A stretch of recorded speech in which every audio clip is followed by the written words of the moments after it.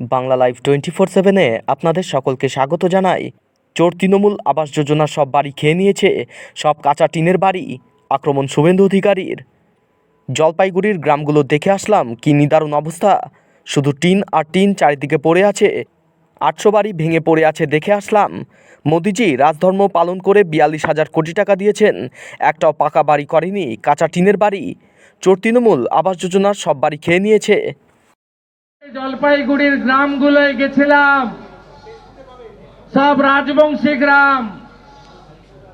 কি নিদারুণ, শুধু টিন আর টিন উড়ে পড়ে আছে মাটিতে। চোখের সামনে আমি 800 বাড়ি দেখেছি, একেবারে মাটির সঙ্গে মিশে গেছে। অত্যন্ত বেদনা নিয়ে আপনাদের কাছে এসেছি।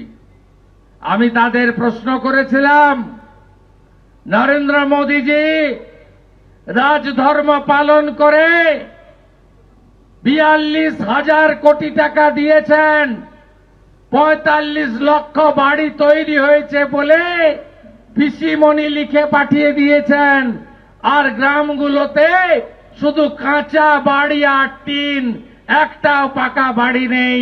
চোর তৃণমূল আপনাদের সব গাড়িগুলো খেয়ে ফেলেছে। তাই এই নির্বাচনে বদলের ডাক দিয়ে, বিধানসভার বদল, রাজ্যের বদল, তার আগে কোচবিহার থেকে পুনর্বার নিশীথ প্রামাণিককে জয়ী করার আবেদন নিয়ে আপনাদের দুয়ারে আমি হাজির হয়েছি।